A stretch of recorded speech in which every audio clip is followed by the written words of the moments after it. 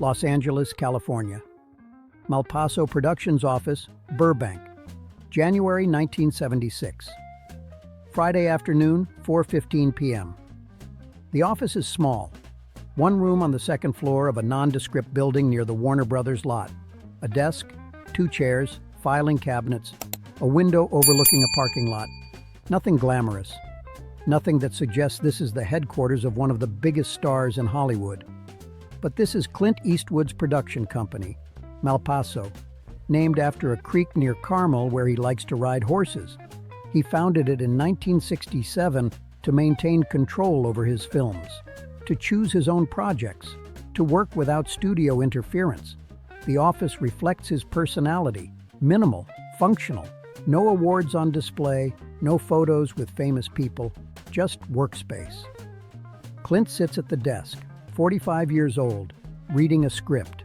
He's been reading scripts all week. Studios send them constantly.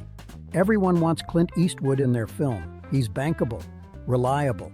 His name on a poster guarantees profit. But most of the scripts are garbage. Cop films trying to recreate Dirty Harry. Action films with no character. Sequels to films that didn't need sequels. Clint reads them anyway. Every single one. Because occasionally, buried in the pile, there's something good. Something worth making. His producing partner, Robert Daly, sits in the other chair. 50 years old. Former production manager at Warner Brothers.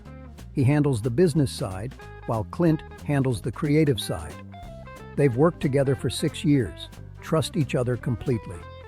Daly is going through budget reports, tax documents, the unglamorous paperwork that keeps a production company running. The phone rings.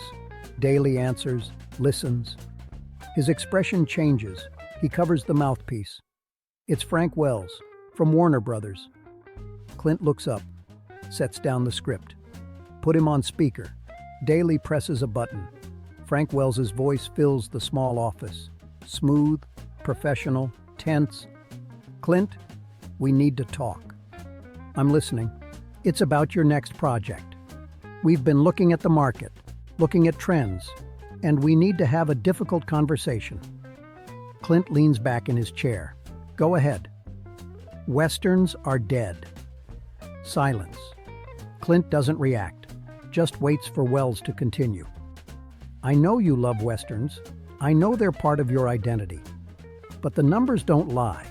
The genre is finished. Audiences don't want them anymore. Young people especially. They want contemporary stories. They want relevance. They want films that speak to now, not to some mythical past that never really existed. Wells pauses, waiting for a response. Gets none. Last year, we released 3 Westerns. All of them lost money. Major stars, big budgets, didn't matter. Audiences stayed home. The same thing is happening across every studio. United Artists, Paramount, Universal, everyone is backing away from Westerns. Another pause. Clint, you're one of our most important relationships. We want to keep working with you, but we can't green-light another Western. We just can't. The risk is too high. Clint picks up a pencil, taps it against the desk, thinking. What are you suggesting? Contemporary action? Modern police procedurals? Maybe a thriller? Something set in the present day where we can market it to young audiences. Look at what's working. Jaws, The Godfather, The Exorcist. These are contemporary stories.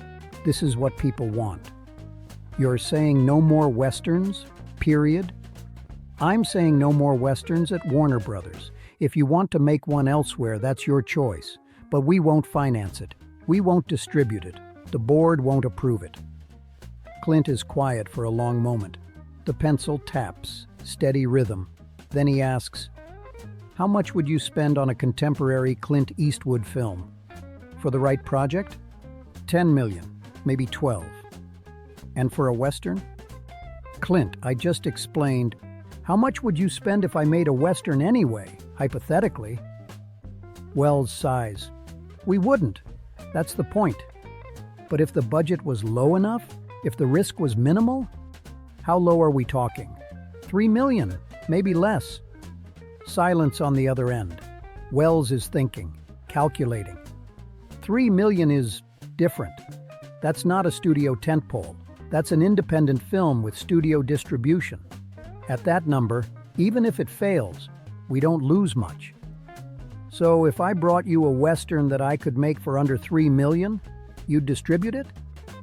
Clint, why would you want to? You can make 10 million on a contemporary film. Why handicap yourself with a dead genre and a tiny budget? That's not what I asked. If I make it for under 3 million, will you distribute it? Another pause. Wells is trapped. He knows it. Clint knows it. If you can make a Western for under 3 million, and if it meets our quality standards, then yes, we'll distribute it. But Clint, you're wasting your time. The genre is dead. The audience is gone. You'll make a film no one watches. Maybe, but that's my problem, not yours. Your problem becomes our problem if it damages your brand. If Clint Eastwood is associated with a flop, it hurts your next film. It hurts our relationship. Let me worry about my brand. Wells tries one more time. Clint, I'm telling you this as a friend, as someone who respects your work. Walk away from Westerns. Make contemporary films. Make a Dirty Harry sequel. Make something that audiences actually want to see. Don't waste your talent on a dead genre. Clint stops tapping the pencil, sets it down precisely. Thanks for the advice, Frank. I'll think about it. That's all I ask. We'll talk next week. Clint hangs up, looks at Daly. Daly shakes his head. He's right, you know. Westerns are dead. The numbers prove it. Every studio in town is saying the same thing. I know. So why are you even considering it? Clint stands, walks to the window, looks out at the parking lot, at the ordinary world outside. Because everyone saying the same thing doesn't make it true. It just means everyone is thinking the same way. But the audience hasn't seen a good Western in 5 years. They've seen bad Westerns, lazy Westerns, Westerns that don't respect the genre or the audience. But a good Western, a real Western, they haven't seen that. Daly leans forward. You have something in mind. Clint turns from the window. There's a script. Been sitting on my desk for 3 months. I keep coming back to it. Which one? The Outlaw Josie Wales. Forrest Carter sent it. Novel adaptation, Daly thinks. The one about the Confederate soldier who doesn't surrender after the Civil War, who goes on the run? That's the one. Clint, that's exactly the kind of Western Wells is talking about. It's period. It's violent. It's not contemporary. It's everything they don't want. I know. Then why? Clint picks up the script from his desk, holds it, feels the weight of it. Because it's good. Because it's about something. It's not just cowboys and shootouts. It's about a man who loses everything and has to decide whether to keep fighting or become something else. It's about loyalty, about family, about what you do when the world you knew is gone. He looks at Daly. That's not a dead genre. That's a human story. And human stories don't die. They just wait for someone to tell them right. Daly is quiet. Then, can you make it for under 3 million? I can make it for 2 if I have to.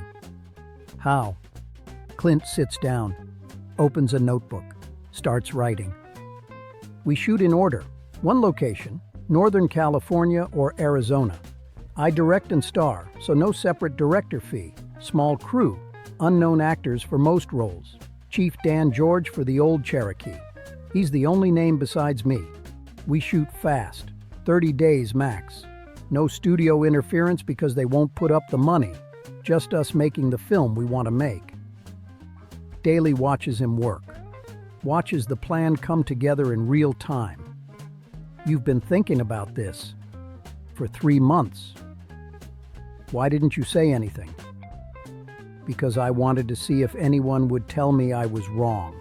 If anyone would tell me Westerns still mattered. Clint looks up. Today, Wells confirmed what I already knew. The studios are afraid. They're following trends instead of making them. And when everyone is afraid of the same thing, That's when opportunity exists. He closes the notebook. We have 72 hours. Monday morning, I'm calling Wells back and telling him we're making The Outlaw Josie Wales for $2.8 million, and Warner Brothers is going to distribute it. Daly nods slowly. You're betting your career on this. I'm betting on a good story. The career will follow. That night, Clint doesn't sleep much. He reads the script again, makes notes, thinks about casting, about locations, about how to tell this story with no money and no time and no support from the studio. By Saturday morning, he has a plan. He calls his cinematographer, asks if he can shoot a Western in 30 days with natural light and minimal crew. The answer is yes. He calls Chief Dan George's agent, offers the role. Chief Dan says yes before hearing the salary. He just wants to work with Clint. He calls location scouts in Arizona, finds a town that can double for Missouri in 1865. The owner will let them film for almost nothing if they mention the town in the credits. By Sunday night, the budget is locked. $2.8 million, 32 shooting days, cast of mostly unknowns, crew of 40 instead of the usual 100. It's bare bones, it's risky, it's everything a major studio film isn't supposed to be, but it's possible. Monday morning, 9 a.m., Clint calls Frank Wells. Frank, I'm making The Outlaw Josie Wales. Budget is $2.8 million. We start shooting in 6 weeks. I need Warner Brothers to distribute. Wells is silent for a moment. Then, you're serious. Completely. Clint, I told you. You told me Westerns are dead. I heard you. I'm making one anyway. And you're going to distribute it because the risk is minimal and the upside is significant. There is no upside. The genre is dead. Then you lose $2.8 million. You spend more than that on marketing campaigns that don't work. But if I'm right, if this connects with audiences, Warner Brothers gets credit for supporting the film everyone else was afraid to make. Wells is thinking. Clint can hear it in the silence. What's your schedule? Shoot in March. Post-production in April and May. Ready for release in June. June is a terrible month for Westerns. June is a terrible month for bad films. Good films work any month. Another silence. Then Wells says something Clint doesn't expect. You really believe in this? I do. Why? Help me understand. Why risk everything on a genre everyone says is finished? Clint looks out the window again, at the parking lot, at the ordinary world. Because everyone is wrong sometimes.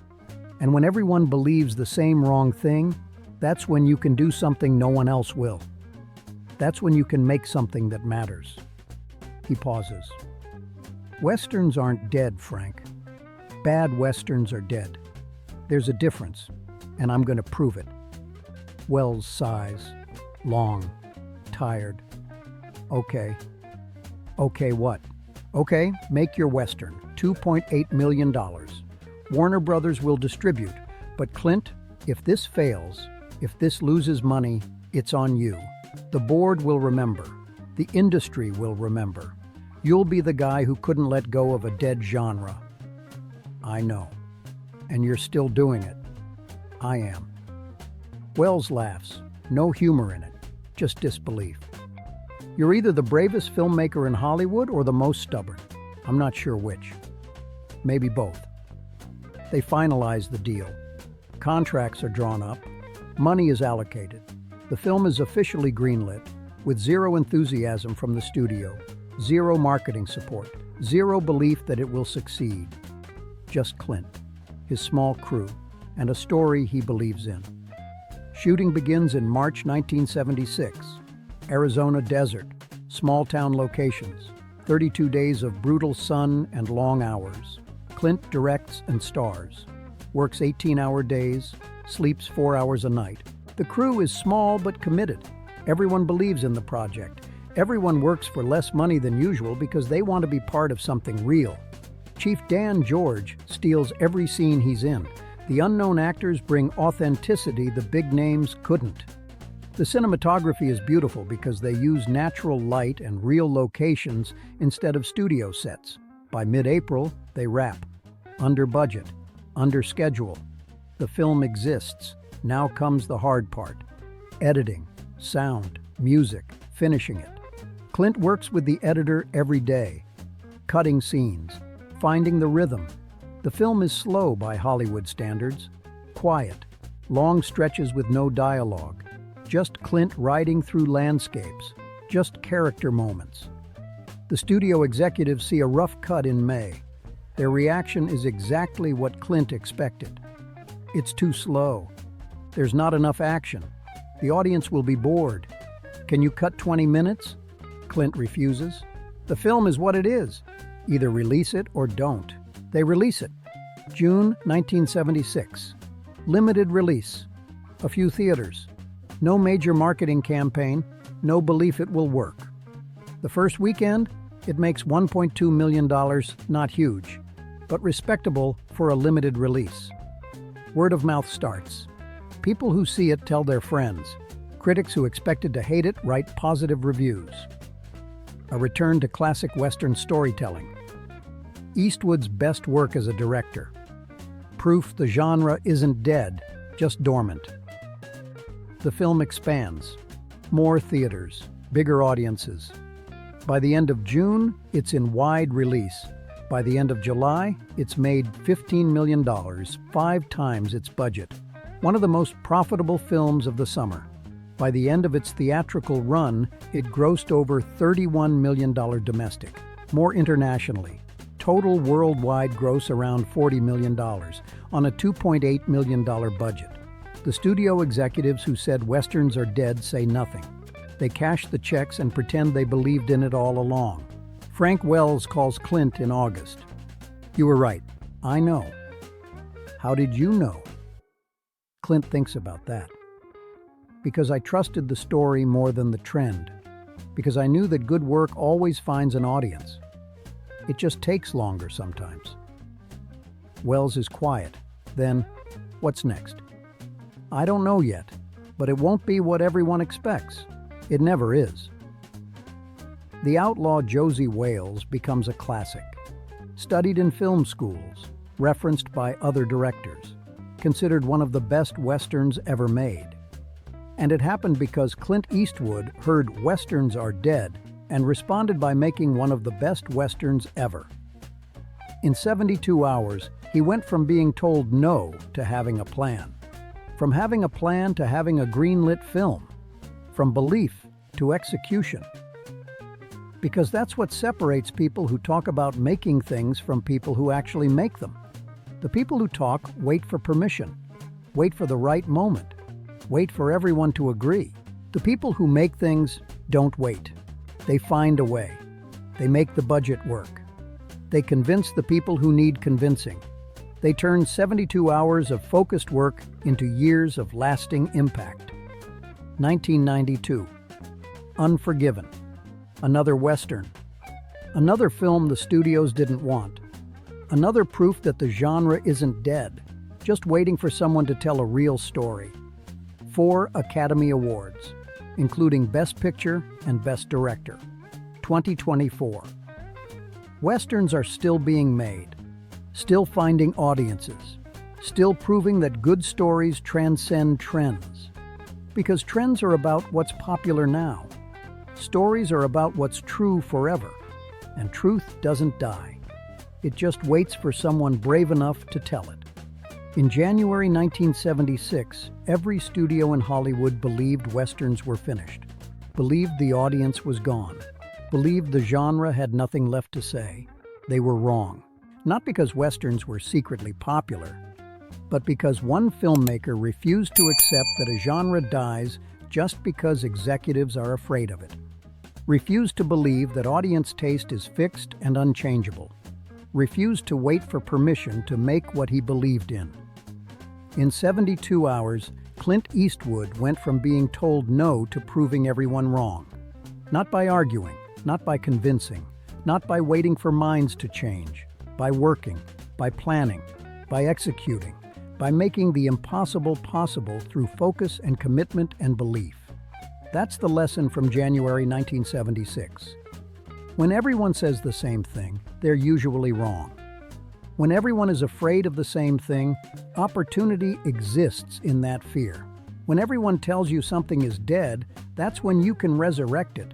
If you're brave enough, if you're committed enough, if you believe in the work more than you fear the failure. Clint Eastwood was all three, still is. And The Outlaw. Josie Wales exists because he didn't listen when they said it couldn't. He just worked, planned, executed, and in 72 hours changed what everyone thought was possible. That's not luck. That's not timing. That's not being in the right place at the right time. That's choosing to be right when everyone else is wrong. And having the courage to prove it.